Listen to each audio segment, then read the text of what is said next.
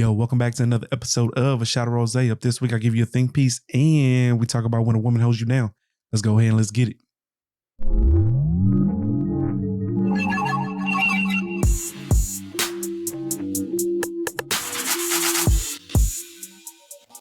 Yo, what's good? Welcome back to another episode of A Shot of Rose. I am your host, nobody other than Mr. Imperator Rose, the man, the myth, the legend. How's everybody doing this week? If you're in Houston, Texas, or in Texas in general, it's hot. You know what I'm saying? Ain't no need to even explain this shit anymore. I don't even understand why we still live here. I complain about this shit every week, but for some reason it seems like it keeps getting hotter. You know what I'm saying? This ain't the same sun we grew up with. And don't care what anybody says. Global warming is real. We need to get this shit under hands because I don't know how much longer I can really take this, man. I really don't. You know what I'm saying? Like, Houston got to do something. We need to build like a dome or some shit. You know what I'm saying? Like, I heard in Dubai, they over there creating like artificial like rains and shit. We need to create like artificial rains to cool this motherfucker down. We got too much concrete. That's the problem. Boys gotta move out to the woods. Cause see, when I went to Galveston, the wind was blowing. It was cold. The sun was out, but I didn't feel like I was getting cooked. So you know what that tells me? That tells me that cities are ruining the world, man. Honestly, it might be concrete that is causing like this global warming event. You know what I'm saying? I mean, you know, you got, methane and like exhaust from like cars and shit and like all this other type of shit. But to be truthful, it might just be the fact that like we done built too many motherfucking cities and we ain't got enough trees. Maybe boys got to move out to the woods. Could I live in the woods? I don't really know if I can live in the woods, man.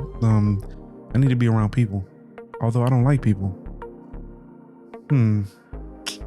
Boys got to think about that. But what's up with y'all, man? How's everybody doing this week? I'm pretty sure that if you haven't already, by now you have seen that Marvel has dropped the trailer to Wakanda Forever. Man, let me tell you something, dog. There's not a movie that I'm more anticipated and ready to see than Wakanda Forever. First off, shout out to Ryan Coogler, man. Shout out to Ryan Coogler, dog. Let me tell you something. You know what? If he ain't the greatest director ever, you know what I'm saying? Like, boy is definitely top 5 all time with trailers. You know what I'm saying? Like, that boy can put a trailer together, dog. When I tell you he put his whole foot in that joint, he put his whole foot.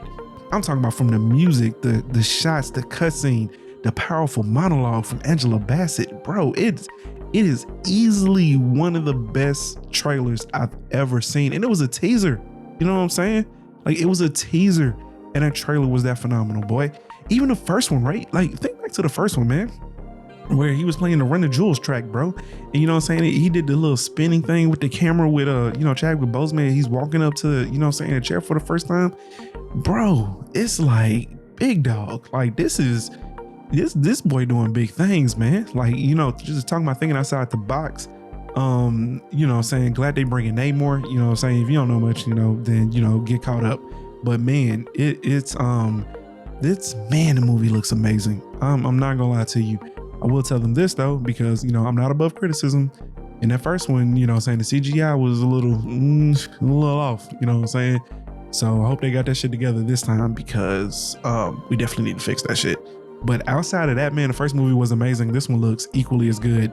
I can't wait. That shit comes out at the end of this year. I don't know what I have to do, whose soul I need to sell in order to get into this theater, but I will be there opening night, my boy. You most definitely believe I ain't waiting no week to see this. Every Marvel movie so far, I've had to wait like a week, saying shit was coming up. I don't care if I got to drag my babies to the movie theaters. Boys is catching Wakanda Forever the week it comes out because I don't want to hear no spoilers. I don't want to see no spoilers. I'm going to be absolutely upset if I see some shit. So I got to be in there Friday night. Technically the movies come out on Thursday now, but I'm gonna be in that joint Friday night for sure. Okay. But with that being said, man, let's go ahead and get into our first piece up here. So I came across a question that I found extremely interesting, right? Thought-provoking, made me think a little bit. So I'm gonna share that with y'all. The question was, if parallel universes exist, are you the best version of yourself? Now that made me think, man, like if you really take a long, hard thought about where you are in your life, if parallel universes exist, so think like Jet Li the One, if you've seen that, or if you've recently seen Doctor Strange, the multiverse, understand, saying multiple universes, saying every version has a version of you. Are you the best version of yourself? And honestly, uh, it made me think a bit, you know what I'm saying? Because, it can put things into perspective as far as, are you doing everything you can to be the best version of yourself? And when I think on my life, right? So what do I have? I have two very beautiful children. I have a beautiful wife, a loving wife, a caring wife, an amazing wife. I have a career. I make good money. You know what I'm saying? I don't make great money, but I make good money. If I want something, I can buy it most of the times. And if it's something a little pricey, I can save a couple of checks and pretty much go buy it, you know what I'm saying, whenever I want. Childcare is expensive. So I need a new salary, you know what I'm saying, here pretty soon. But next to that, though, I would say that I'm living, quote unquote, the American dream, outside of, you know what I'm saying, all the debt with like cars and student loans and mortgages and shit. But for the most part, I would say that I'm living the American dream. But there's one caveat. I do feel like to a certain extent I have underachieved. I can't really quite explain it. And it's not so much that my life sucks. It's just that I know that I was capable of more, you know what I'm saying? And not to sound arrogant or, you know what I'm saying, to doing too much or anything, but I know that at times, you know what I'm saying, I know I'm a very smart individual. You know what I'm saying? Very few times have I ever been in a room where I wasn't one of the smartest people in there. You know what I'm saying? And just like with anything, there's always somebody smarter than you. There's always somebody with more money than you. But I'm pretty sure there's a version out there of me that took all of the gifts that God gave him and he utilized that shit to his full potential. I also believe that in that same universe, God gave that motherfucker patience. You know what I'm saying? Something he didn't give to me. But with that being said, either way, I do believe that if there is parallel universes where there is a different version of me living to his fullest potential, he probably did find like the cure to cancer. He probably did, you know what I'm saying, become like, you know what I'm saying, the FBI lead, you know what I'm saying, investigator or some shit. I'm really good at figuring shit out. That's like one of my many skill sets that like I'm very good at, you know what I'm saying? So I do think sometimes I should have been like a data analyst or like a investigator of some sort. Lawyer. I'm good at arguing too, but shit like that. I do believe that there is a version of me out there that, or at least a time frame, a universe somewhere along the lines where if I ever get shown what I could have been, the skies was the limit. And the reason why I say this is because, to a certain extent, I believe that your gift is God given. I do believe that like you can improve on skills and you can become better at something. I once heard a wise man once told me that the difference between being good and bad at anything is effort, and the difference between being great and good is skill. So in which case, don't get me wrong, you could definitely become great at something by mastering a skill set. But at the same time, some people are just naturally gifted. If you take like Whitney Houston has one of the greatest voices ever, and you can't will yourself into the shit that she's able to do, no matter what. You know what I'm saying? Like, and to give like a comparison, like Kobe Bryant is one of the greatest basketball players ever, right? But Kobe Bryant literally had the work ethic of men that don't exist. You know what I'm saying? Like world renowned, you know what I'm saying? Legendary work ethic. When people talk about him, he literally skilled his way, you know what I'm saying? Mastered his way into the basketball player that he was. You know what I'm saying? Like he was athletic, but he wasn't the most athletic. You know what I'm saying? Like he did have a natural feel for the game, right? But it wasn't like, how would you say, like LeBron or something like that. So he had to master his skill set. So, but there are those of us like Whitney Houston who, no matter what, you'll never be as good as that. Like she was born to sing, like God-given talent, given that shit. So, to a certain extent, you're supposed to find whatever your God-given talent is and harness that shit. Maybe Kobe Bryant's was, work ethic.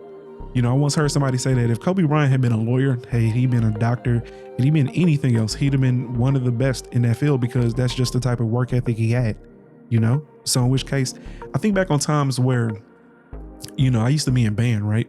And I never practiced. Never. You know what I'm saying? I played the trumpet. I never practiced. I know I didn't. You know what I'm saying? But I was always still one of the best, right? You know what I'm saying? I mean, like, not really putting in minimal effort. Like, had I just practiced and harnessed the skill set that like I already had, like I was naturally good at it, I eventually became, one of the best in my school because of it. But had I just took it a little further, right? Like I might have been all state. I might have been able to get a scholarship off of that shit. No telling what all I would have been able to accomplish had I actually really took, something that like I was good at and really put my best foot forward and made an attempt to be the best at it. But see, my issue in life has always been the fact that like, yo, I don't really have a lot of patience, and I want to be the best of the best of whatever I'm doing like right now. And once I reach a certain point, you know what I'm saying, you can almost say that I get complacent. Okay, all right, I'm one of the best and that's good enough. You know what I'm saying? So it's like that little bit of that I be missing. I need to do more. I know there's more that I need to be doing with my podcast. You know what I'm saying? Sometimes I'll be like, this a good video. This is enough for me to put out, you know what I'm saying, or whatever, right? I know I need to be putting more into it. I know I need to be marketing more. I know I need to be dropping more reels on Instagram. I know I need to be doing certain other things, right? Like there's a version of me. So to get back to the original point, there's a version of me out there that's doing all of that shit. You know what I'm saying? That's actually harnessing the skills and the God-given talent that he was given. And he is the best version of himself. So every day I wake up now, and I'm thinking back from this question, because I think I saw it like Thursday or Friday, I realized that I haven't been being the best version of myself, because the best version of myself is always doing what they're supposed to be doing at the highest level that he can possibly do it. And if you can give an ounce more, then give an ounce more. I ain't saying drain yourself, you know what I'm saying? Because we talk about hustle culture from time to time. And don't get me wrong, I ain't saying beat yourself to death into the wall to try to be the best version of yourself. But if you aren't being the best version of yourself, why not? That's where the question becomes, okay? So in which case, that's just my think piece, man. So think about that, right? Like if parallel universes exist, are you the best version of yourself? Powerful statement, man. Okay. With that being said though, man, let's go ahead and get into some fun shit here real quick, right? So let's go ahead and let's pull up Black Twitter, y'all. All right, man. So let's go ahead and let's get into this first one here. Oh my God, dog. I got a story for this shit. But this shit says HVAC people dead ass got the world by the nuts. They can tell you 2 racks and you can't do shit but pay it. Oh my God, bro. So last summer, actually, my AC went out. And guess how much it cost, y'all? It cost your boy 3 racks by $3,300. It's the pain of being a homeowner, right? Like you definitely want to be, get your own crib, get tired of renting, you got money going to nothing. It's not going to any equity. Although, equity is kind of a joke now because the housing market is so ridiculous that even if I sold the equity that I have in my house, I probably wouldn't even be able to buy the same house with the same upgrades I got, for the same, with the money that I've upgraded with, and just break even. I'm pretty sure I'd be upside down if I was to try to do it, but I'm digressing a bit. The point here is so my AC unit went out. So let me tell you this story. So around about last year and the beginning of summer, me and the wifey got home and we noticed that, this shit ain't cooling off, and we're all like, okay, let's go ahead and let's call the AC guy out, because I don't know what the hell I'm doing. You know what I'm saying? It's not like she rocking the wall. It actually takes knowledge and skill to be able to do that shit. So we call the guy out. He comes and checks and he says, well, I'm at work. He's like, I think the coil is bad. I'm all like, well, damn. Okay. Trish calls me. Coil's bad. Okay. All right. Well, let's get an estimate. Let's see how much it's going to fix. This motherfucker tells us, well, let's see if your coil's under warranty. Did y'all register? He's all like, we don't know nothing about registering a coil and no shit like that, right? He's all like, oh, damn. He was all like, the coils come with a 6-year warranty, so you still might be able to get it covered, when y'all bought the house. We bought the house, August of 2016. I think it was like early September, man, that my AC unit went out. So we was out $3,000 and just barely out of the 6-year mark, on the AC coil that cost us $3,300 to have to fix. So talk about some bullshit. That is the very definition of some bullshit. All right, let's go ahead and get into this next one here real quick. My boy said, never in my life have I seen a physique like this. The boy said that boy built like a violent cough. Yo, man, I've noticed this before with Elon Musk. And I ain't never seen him shirtless and no shit like that, but I seen him like, saying in suits and shit. And I always thought like, he looked kind of weird. This is definitely the most awkward physique I've ever seen in my life, bro. Like, I don't know. He built kind of like a goddamn predator or alien. I don't know, man. Also, he's pale as shit. You know what I'm saying? Like, I thought like billionaires and like millionaires and shit, all they did was like, take relaxing vacations and sit on beaches and shit. You know what I'm saying? And enjoying the fruits of their labors. This motherfucker here that obviously need a tan. You know what I'm saying? Like, boy, look pale as shit. Elon might be dying, bro. You know what I'm saying? Somebody go check on that boy. All right, let's get into this next one here. Ooh. All right. So if y'all ain't seen this by the Shade Room, this just popped up yesterday or early this week. It says women killed by bear in her sleep while camping after scaring it off an hour beforehand. And my boy retweeted, I'm tripping, or animals been getting their fucking lick back lately. Yeah, man, Mother Nature ain't playing with y'all no more, bro. Y'all, if you haven't, go look it up. There's actually a video of an elephant storming into a funeral, you know what I'm saying, of a woman that like he had already attacked like earlier that week and like got to trying to stomp on her casket and shit. You know what I'm saying? Like, bro, I know elephants are known to like never forget anything, but it's like, bro, what did she do to this elephant that made him pull up to the funeral, my boy? Like he pulled up to the funeral of this lady. Like, come on, big dog. Like, what is it that y'all doing to these animals out here, man? Like, Mother Nature's fighting back. They ain't trying to play with y'all no more, man. I need to get y'all shit together. All right, let's go and get into this last one. And my favorite tweet, this shit says, oh, girl says, he loved the fuck out of me. And my nigga said, in all my years of niggerdom, I've never seen a strap attached to a lanyard. My nigga got an Uzi wrapped around a lanyard. My boy, listen to me, dog. I can't. I just, this is what we come to, big dog. Like dead ass. Like this is really like the level that we've reached in life where niggas out here walking around with a gun strapped to a lanyard, my boy.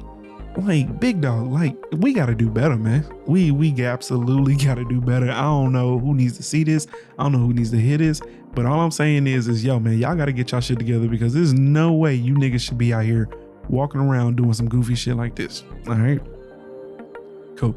All right. So for the last thing we're gonna get into here real quick, I seen this interview on the Spiritual Word. I think I seen it. Spiritual Word is where I seen it. I seen this interview where, you know, this man was telling this story about a time that a woman held him down. We're gonna go ahead and get into that real quick and then let's talk about it and we'll wrap things up and go ahead and get up out of here. We were girlfriend, boyfriend, maybe about a year into your graduate school, I lost my job. I had always had jobs, internships and stuff, so I never had to go without. And he's a provider. Like that's just who he is by nature. He's a person who, if we go out for drinks, he's gonna slap his card on the bar and pay for everyone's drinks. So to not be able to do that. Okay, just a quick sidebar here. If the definition of a provider is somebody that goes out and pays for everybody drinks, I'm definitely not a provider. I only pay for my children's and my wife drinks. Okay. Was taking a toll on him. Yeah, it was messing me up. So I was like becoming a very angry, different person in that point in time. I'm running out of money. She wants to go on double date one of her colleagues or one of her classmates. And I'm like, no, like, let's eat this Jimmy John's this weekend. Like, I'm just chilling. It's like, no, her boyfriend's coming to town. We're going out. And if you ever met this one before, she can be very much decisive and you don't have much say in it. So we go out. I'm just seeing them order up the menu. You know, we all just get drinks. I'll have the water, lemon, please. And I'm just like counting up. Cause I'm like, oh my God, what are we gonna do when this bill comes? That's all I can think about the entire time. I look down and I see that I had a text from her. It was like, yo, check your account. And I saw that she had quick paid me money to cover the meal so I could pull out my card as opposed to her, you know, pulling out hers. And I just like, that's crazy, bro. Like that right there, I said, when I get my life together, I'm marrying you. You don't have to think that I'm marrying you because you freaking get it, bro. You with me, what was the most humiliating moments of my life? Just like, she wouldn't let me lose hope. Now, the younger me and more ignorant version of myself never really understood like why niggas tried to hide that they didn't have money. I've always been what I consider a real nigga, you know? So when I was broke, I would just tell people I was broke. You know what I'm saying? I never really tried to hide or pretend like I had money when I didn't have it. But I'm digressing a bit here because the point of this is that shout out to this young lady. She's no longer young, but shout out to her for holding a man down. And that's kind of what, you know what I'm saying, life is all about, man. Life is always about having somebody in your corner who's there for you, who's gonna rock with you and always believes in you. I kind of think that like all of that could have transpired or took place before they got to the restaurant. Like, hey, some friends want to go out. Yo, we ain't got no money. Don't worry about it, baby. I'll cover it. You know what I'm saying? Some shit like that, right? But I don't want to digress, but I do have to speak on the topic of, I don't understand what's with men that can't allow a woman to pay for shit. You know what I'm saying? And that's where like, I feel like a lot of niggas need to start going to therapy because bro, your ego shouldn't be to the point to where a woman can't pay for something. You know what I'm saying? You know, I mean, like, we all have hard times. Niggas lose their job every day, B. Like, that's a normal occurrence. It's not even on some, you know, you're less of a man because of that shit. Although I get it, you know, you could feel that way. I definitely wouldn't feel like going out and I don't have any money or I don't have a job. So I feel them on that perspective.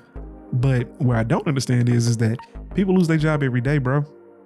That shit happens. Niggas walk into their job every day and get laid off, especially niggas in the oil field, you know? So it's like, feeling this way is like, I know you want to get on your shit, understand all that, but like, you shouldn't feel less of a man because you've gone through a time where you can't provide.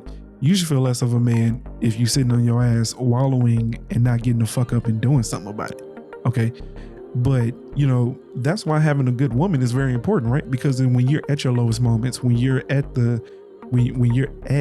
these times in your life where you need someone in your corner, if you got a good woman, she will be the person, the sole person a lot of times who has your back, you know what I'm saying? Who is looking out for you, who is invested into your well-being, because that's how much she cares for you. You know what I'm saying? Like Louis Farrakhan just did an interview on the Breakfast Club where he said, a man is nothing without a woman. You know what I'm saying? You know, I don't want to get biblical, you know what I'm saying? But I believe in signs and I believe in certain things, right? Like in the Bible, God took Eve from Adam's rib, you know what I'm saying?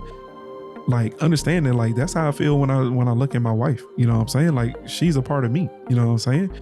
Like, I know that if we were to hit rock bottom, you know what I'm saying? Like, she's always going to believe in me. She's always going to have my back. She's always going to do what's in the best interest of the family, you know what I'm saying? And as far as my well-being, and vice versa, you know? And that's the conversations that we need to be having, you know what I'm saying? So shout out to the Spiritual Word for having this couple on there and showing this interview, because, you know, the title on the description says, man, if a woman loves you, she would do anything for you. And that's true, right? Like, when you love somebody, man, you do anything for them. You want to see them happy. You want to see them succeed.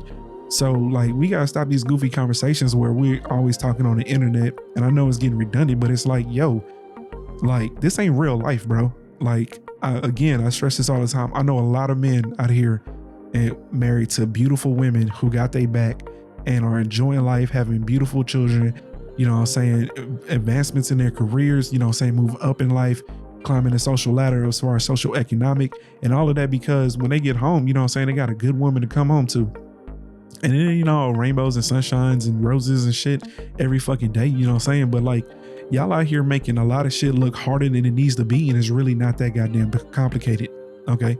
All right. Set your ego aside, set your pride aside, and love each other, and understand that, like, teamwork make the dream work. And if you got that basic foundation and understanding in your relationship, then everything is going to go the way that it's supposed to go. You ain't got to worry about a lot of this other shit. You can block out noise because you know that at the end of the day, this person got my back. Okay. Well, everybody, that's all that I have for you.